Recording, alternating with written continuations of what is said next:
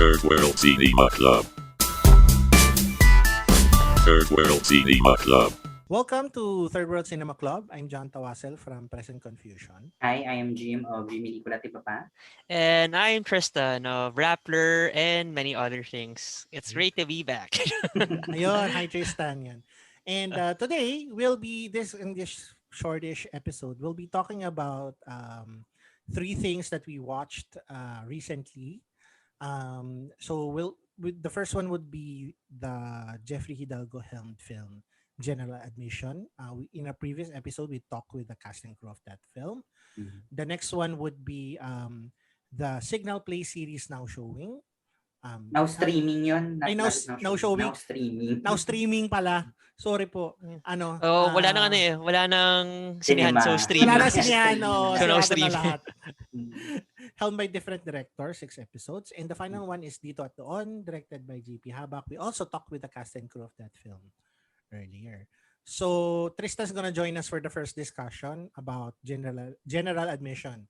So just to recap, general admission is about this sexy dancer, Katja, played by Jasmine Curtis Smith, and she one day during a performance she has a mishap, and it leads to a bunch of certain complications with spiral out of control. Now, I guess I'll start, no? Personally, at first, na-okayan naman ako sa kanya. Although there were some things that I would have liked to parang gusto ko malaman yung intent behind the design choices. Na nung nakausap ko sila direct in the previous episode, mas naintindihan ko siya ng konti. Mas na-gets ko yung gusto nilang iparating. So, yung parang set design niya, yung parang color grading, yung production design is may pagka neon colored, very artificial looking, no?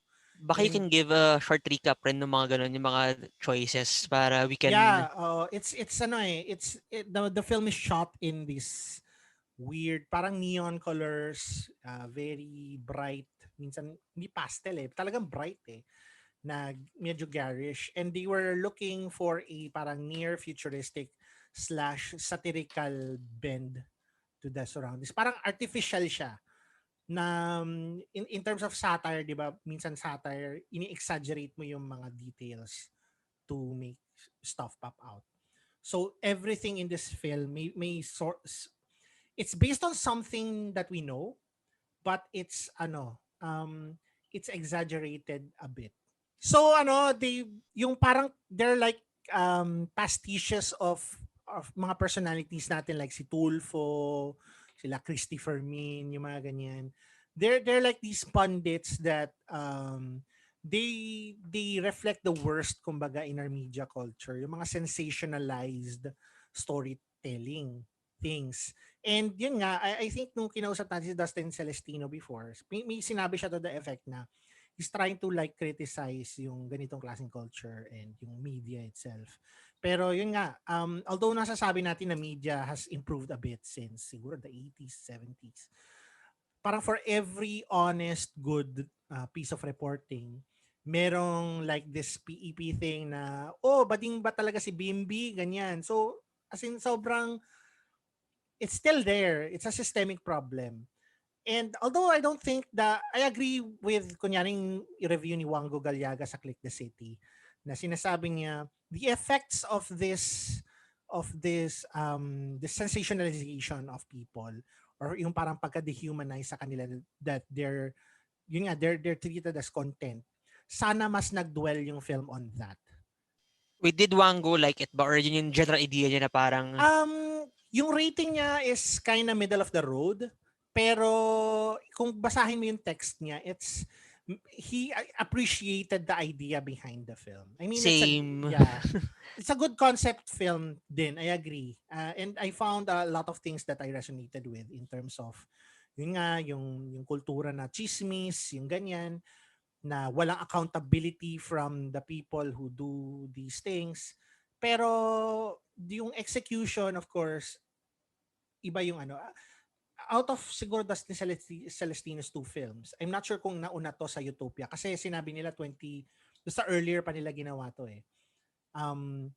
mas gusto ko yung Utopia.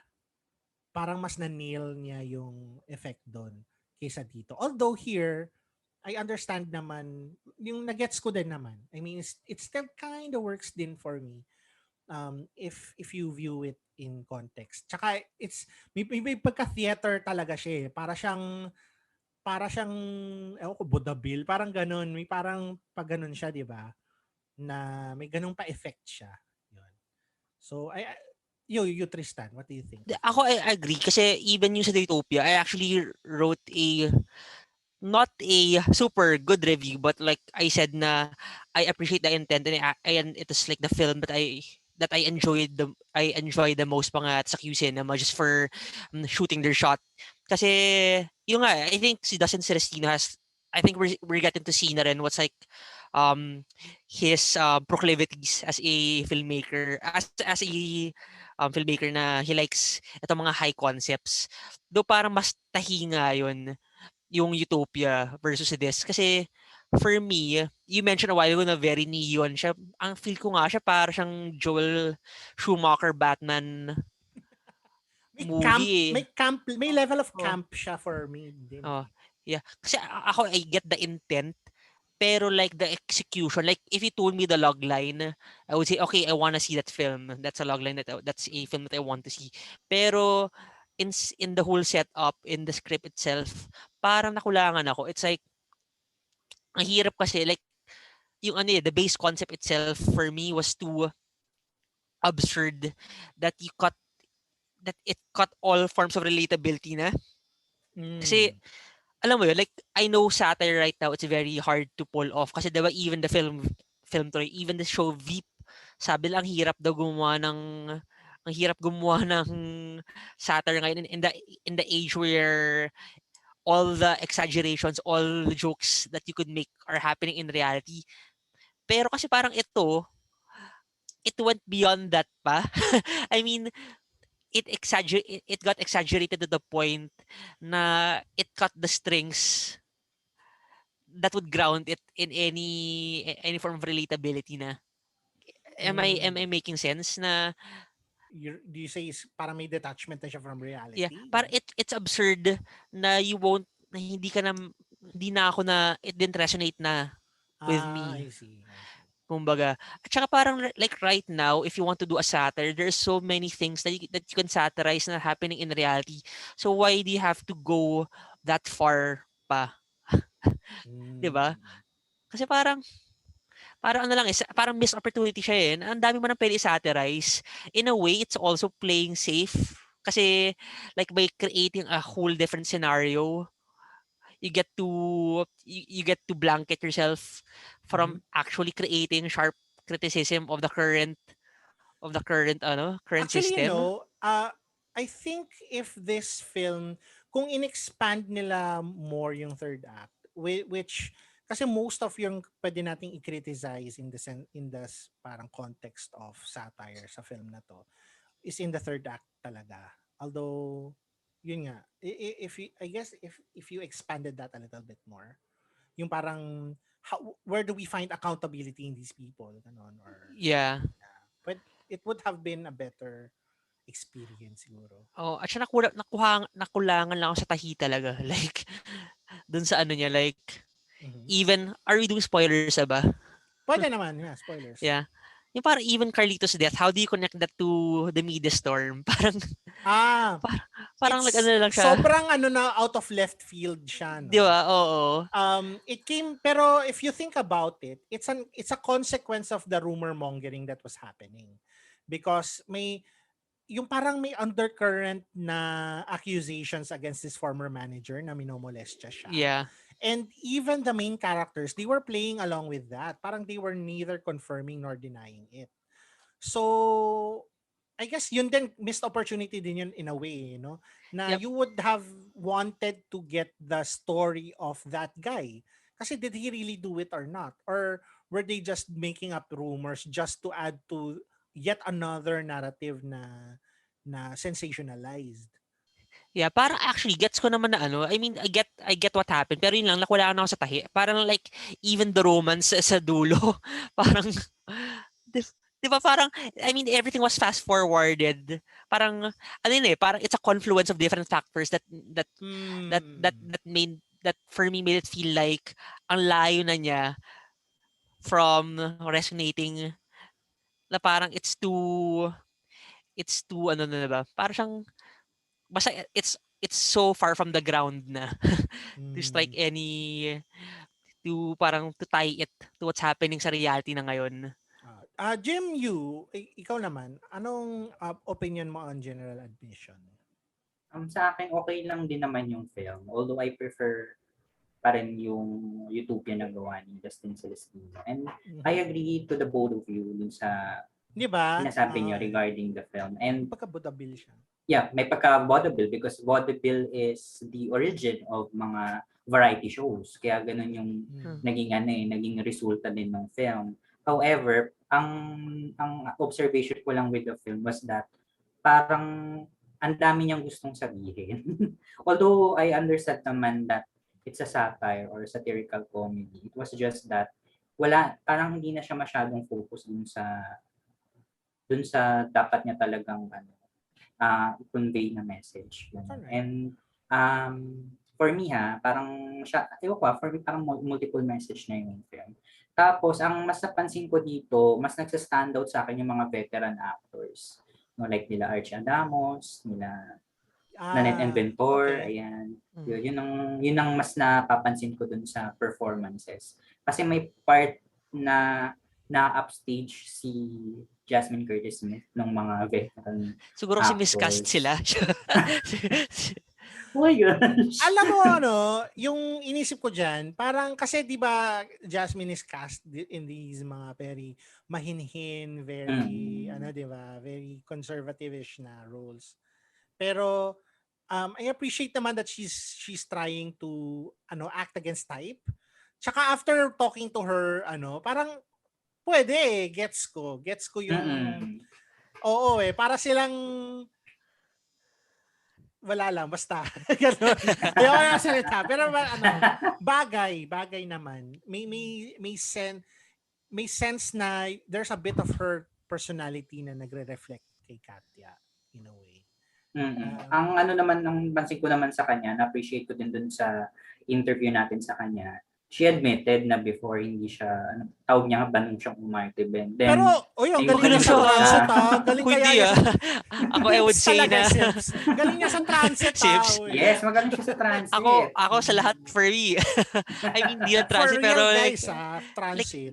Parang ito yung first na na parang for me, anong ginagawa ni Jasmine dito? I mean, ito yung first time na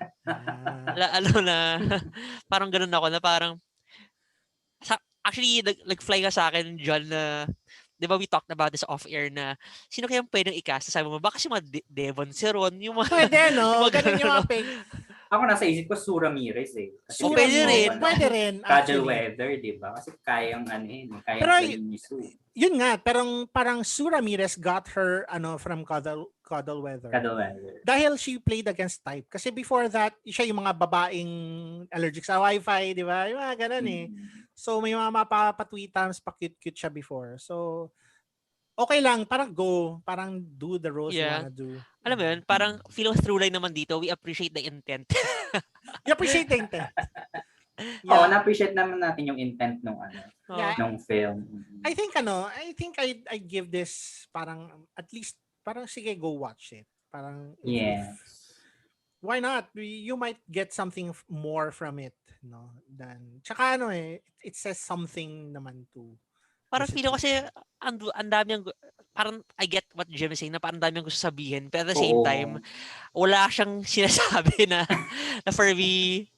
Kasi parang even the media commentary, it's like media commentary from the 90s, from hanggang ngayon, from the early 2000s. No. It's you can still see these things now. I mean, you get to see it. You get to see it right now, pero like in other forms. I mean, for example, yung kay Archie Adamos. Kaya nga, pero yung peg ko doon is Tulfo. Nakapalik ko ba The Buzz? Tulfo yun. Meron pa ba The Buzz ngayon? No, not The Buzz. Pero it's not just gets ko naman na sinasabi mo parang there are some forms of yung mga showbiz lingo or star talk na Hindi. wala na ngayon. What I'm trying to say is that there are many ways ngayon, hindi lang many ways, pero like there are a multitude of ways right now na you show how a media circus spirals. Tama ba ako? Sorry, kasi I watch it a bit, a bit bit back pa eh.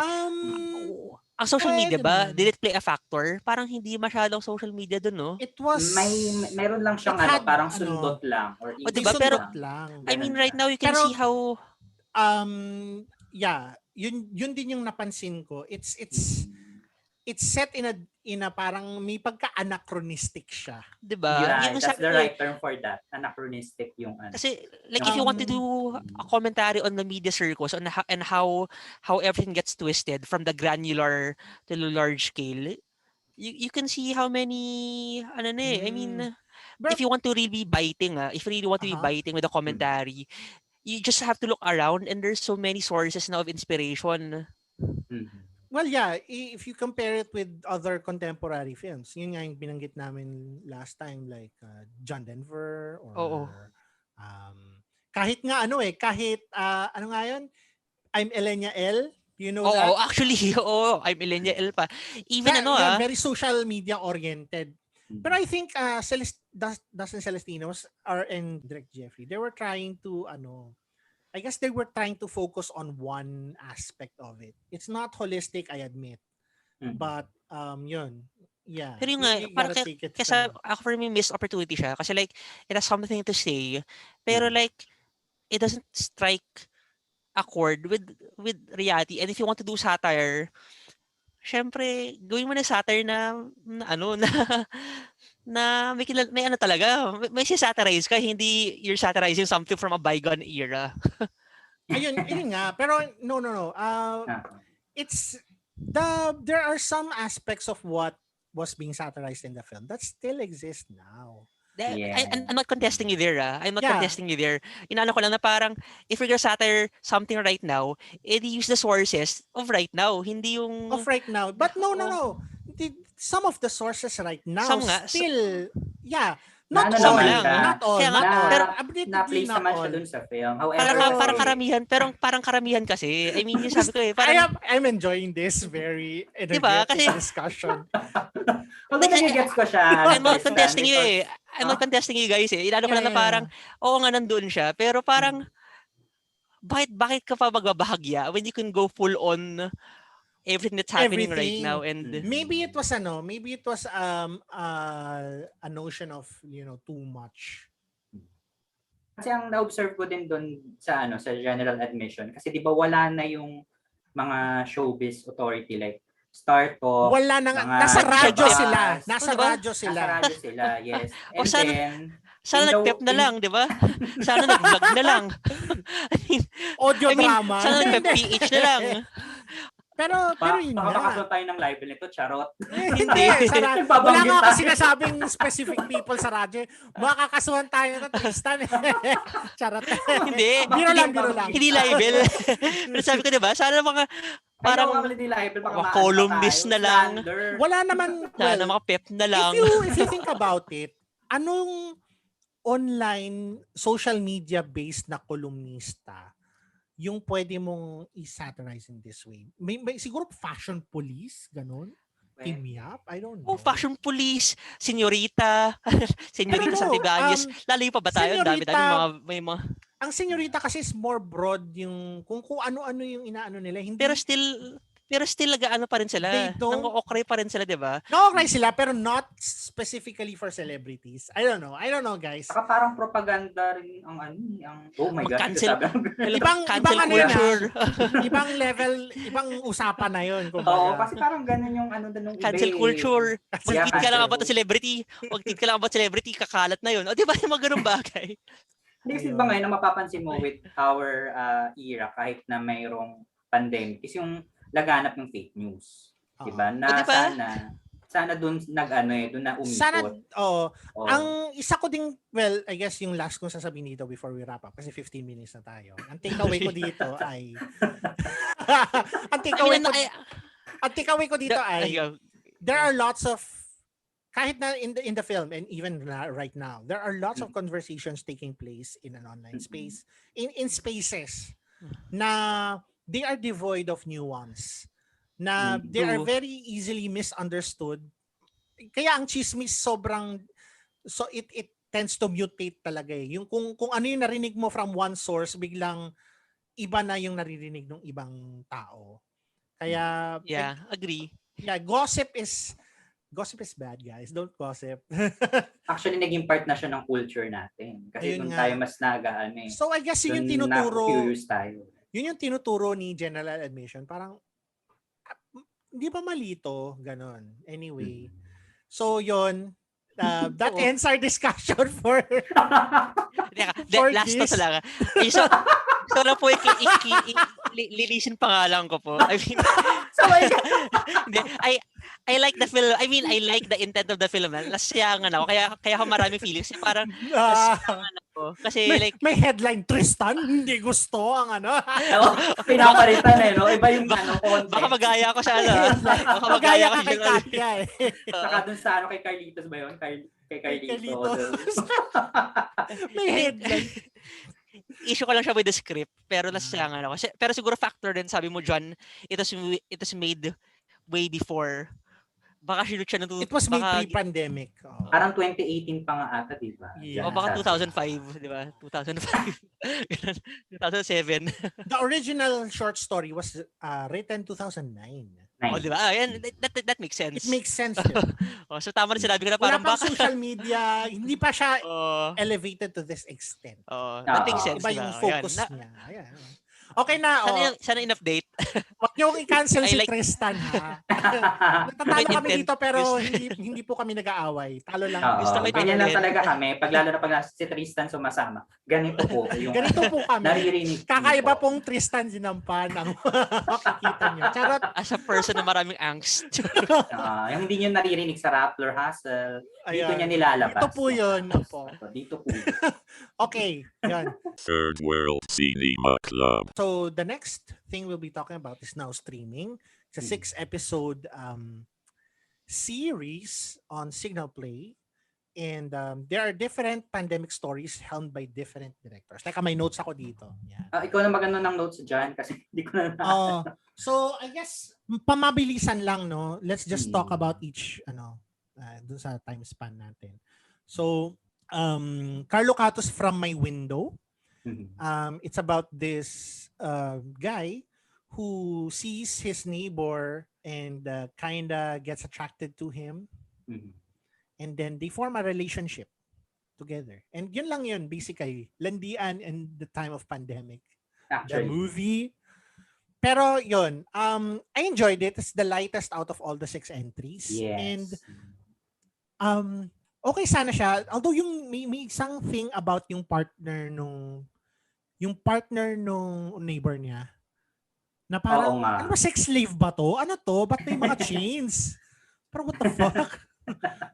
Pero it's not, hindi siya delved Takip ang into tenga, eh. hindi nakikita sa screen. BDSM pala. Kinky. BDSM ganon. pala. Ayun. Yun. Ikaw, Jim, what did you think about From My Window? Sa akin okay naman siya. Although medyo naging iffy ako nung second half na nung From My Window. Kasi nung una okay na siya. Alam mo na yung, well, ito yung napapanood natin with, alam niyo naman, nag-trend ng mga BL series nung last year, di ba? So, gets ko na, okay, may kilig-kilig moments, ganyan. And I appreciate yung, may body positivity pa nga yung From My Window. Kasi di ba yung gusto ni Christian Bables or yung gusto ng character ni Christian Bables, hindi siya flawless yung skin eh. Mayroong peklat. No. Yeah. Makikita mo sa leeg nung, di ba may shot na may mga parang putlig-putlig siya sa leeg, which is I appreciate because yun yung rin dinidipit ng media na dapat kapag good looking, smooth ang skin, flawless, ganun. So yun ang maganda with That's From My nice. Window. Yun yung maganda pinakita niya. However, nung second half, medyo ang naging off sa akin doon yung biglang nag-insert ng drama si Christian Bables na parang for me, it's out of nowhere. Na parang hindi siya, parang out of tune dun sa mismong episode. So parang nagigets ko naman na may mga well, tayo, may mga pinagdaanan tayo nung pandemic. Pero with the short span of time ng episode, para siyang for me, a bit rushed yung nangyari. Siguro kung i-expand siya into a BL series talaga, magigets ko pa. Pero kasi dun sa second half, parang yun na yung medyo, It lost its it lost track na yun. Kasi nga, di ba, parang parang questionable na yung character ni Hans Braga pala merong partner siya. Pero parang alam mo yun, parang ang dami mong tanong about it. So sayang, parang for me I felt sayang dun sa The whole material. thing, yeah. The whole story. Kasi parang for me, nung second half na hindi na siya okay. Although I enjoy it naman. Enjoy the Yung ba yung constant comment sa lahat ng pag-usapan today, sayang. Mga Hindi sayang. naman, o hindi. Yung, may admission na rin ako, I haven't seen any of this, kaya for the record. For the record lang. Wala kang binabash. Wala kang binabash ngayon. Ayun. Doon tayo sa the next one. I guess yung nung sinulat ko to, yung reviews nito, parang may thematic similarities kasi yung iba. So I paired them with each other. The next one is 1st of May by Siege Ledesma. So it stars Mon and Ida, played by Sid Lucero and Anica Dolonius respectively. So they're not really reprising their roles. They're just reunited after their stint together in Apocalypse Child, no? And I'm not gonna spoil the film to you guys because learning the story is part of the fun. Yes, please. Yeah. Don't spoil it for me.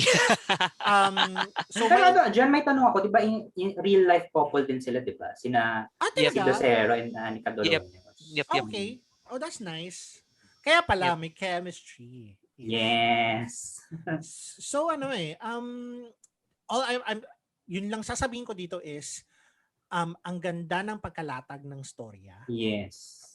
Parang may misdirection after misdirection na parang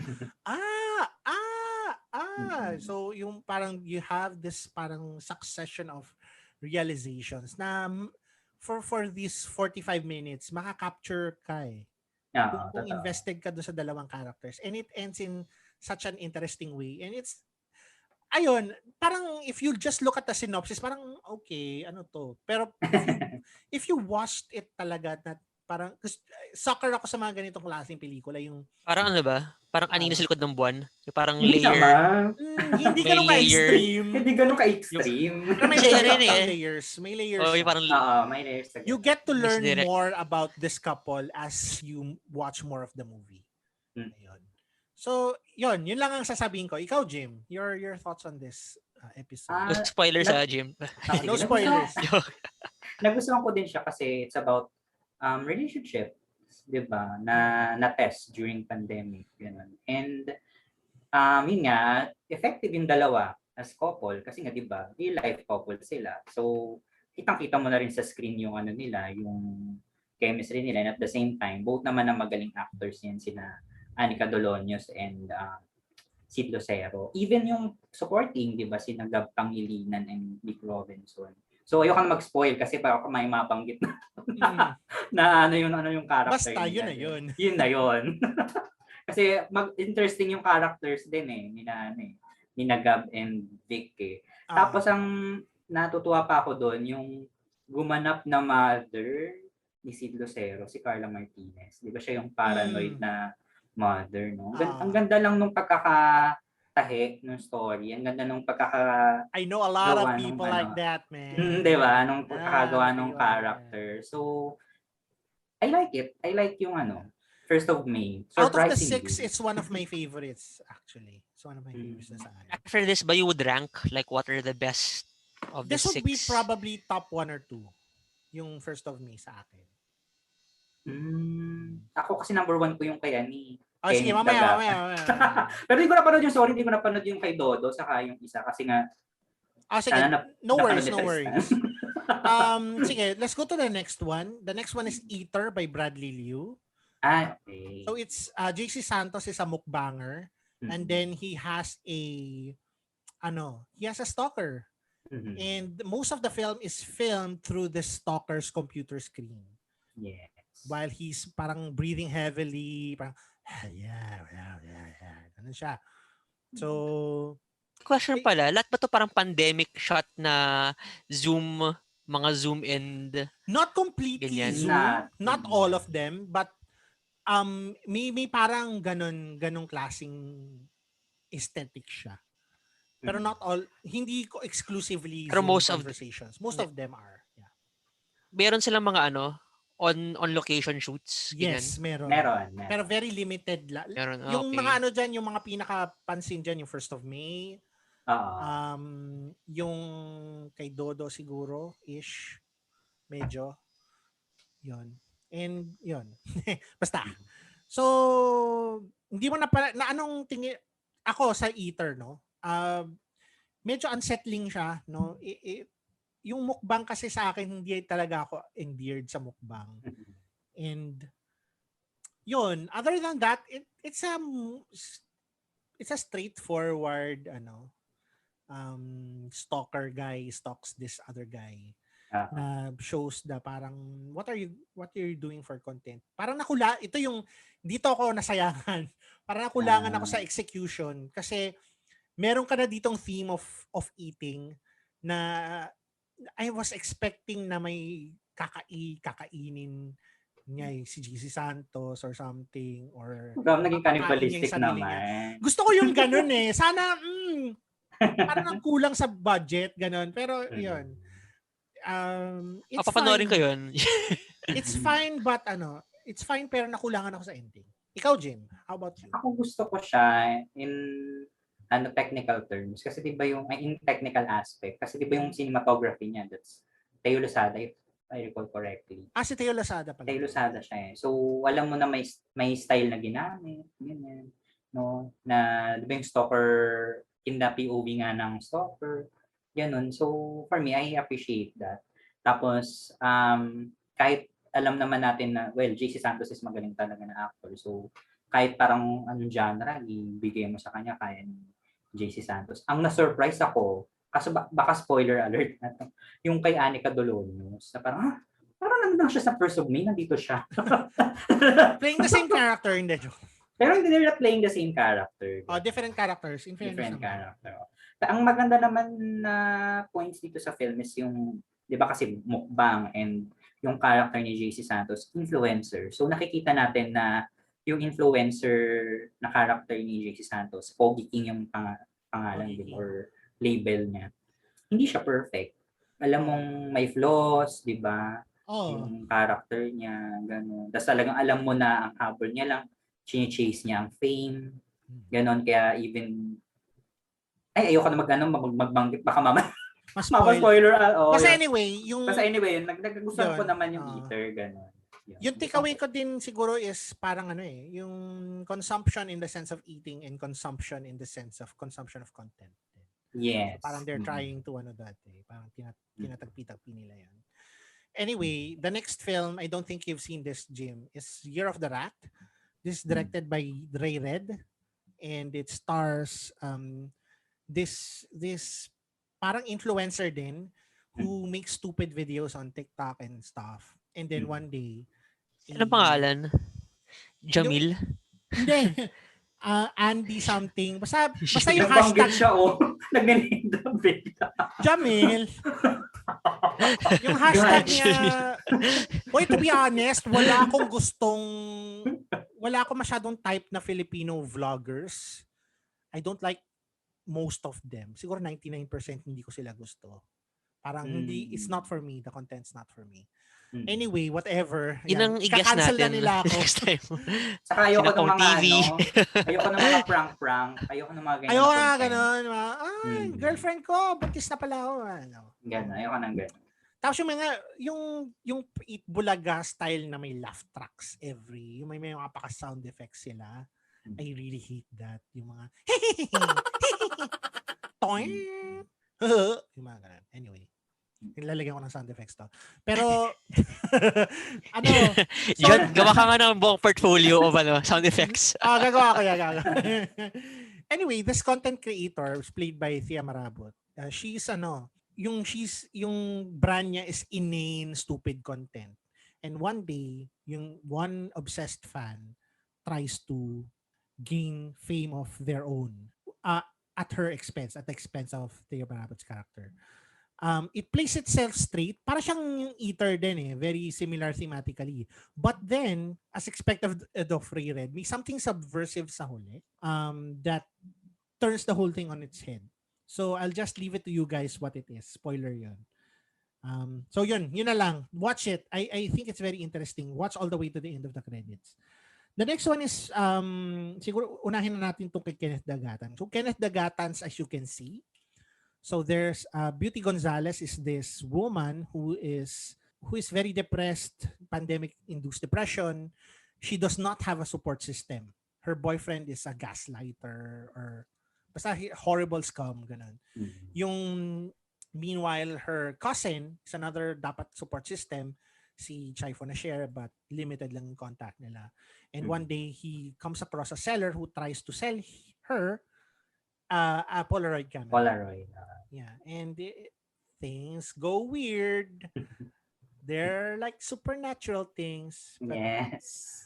yeah, I liked it. May tropes doon na, yun nga, sabi ko kay Jim before na may tropes si Kenneth Dagatan about motherhood. Parang, kung meron lang siyang support system na parang nanay niya or something in this case, baka hindi siya mabiktima. Pero these are all of the victims are people looking for some sort of support during the pandemic. Yun yung binibiktima nitong malevolent entity na to. Yan. And ayun, I think it's very effective. I like this more than his film Mai. I know a lot of people like Ma. I like this more than Ma. Kasi yung ending ng Ma hindi ko masyadong I like Ma a lot. Ito I like nagustuhan Ma a ko lot. siya. Papanoorin ko to. It's very interesting. Yeah, ako rin nagustuhan ko siya. Yeah, Jim, your thoughts? Ako kasi di ako mahilig sa horror eh. Actually, ba nung kinikwento ko nga doon sa GC, parang natakot naman ako dito. Ba't naman ganito to? Ay, ako pa naman mag-isa. Actually. Di ba yung parang akala ko ano lang, light. Yung pala. Jim, ano yung gumagano sa likod mo? Ay, gano'n. Grabe ka. Mag-isa ka lang ba ngayon? Oo, kasama mo? talaga ako. Wala akong kasama. Actually, last year pa. Mas natakot ako sa kanya kaysa dun sa ano ni Dodo, to be honest. Dun sa short ni Dodo. And I guess moving on to the last short, Destroy Everything You Touch by Dodo Dayaw. So it's this group of 6 friends who are living, in the pandemic, having fun, And one day, yung mga hang-ups nila or yung mga neuroses nila, they manifest themselves in the real world. Until isa-isa silang. So ako, this one, although sinabi ko na mas nagustuhan ko yung King Kenneth Dagatan dito, I still like this one. It's one of the best ones in this 6. It's parang greatest hits ni Dodo. Parang there's this spoiler, and there's spoiler, and there's yung mga cuts to the spoiler. Anyway, yun. Basta maganda siya. It's if you're familiar with Dodo Daya's films, this will be a treat to watch. And I guess yun, that ends the now streaming section of our discussion. Third World Cinema Club. And we'll move on to the last topic. JP Habaks dito at doon. Again, we've talked with the director and cast of this film. And it's about these 2 people who meet each other and fall in love online during the pandemic. But things happen and things are not as easy as it seems. So, ako dito at doon, I really enjoyed this film. It's very enjoyable. To me, yung nag-resonate more na subplot sa akin is the one with Lot and Jenny Gutierrez. Kasi real life mother and daughter sila. And sobrang affecting nung part na yun. Nakakaiyak yan. As in, yun yung part na iniyakan ni Sis before siya joke. Sabi nga naman niya. Before strong siya to si Lot. bago siya i-joke ng kanyang boyfriend.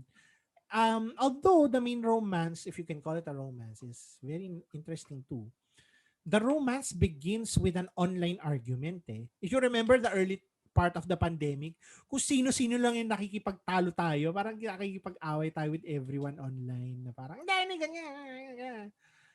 Kasi ganun ako nung first few months of the pandemic. Lahat ng pumapatol ako talaga minsan. Inaano ko sila.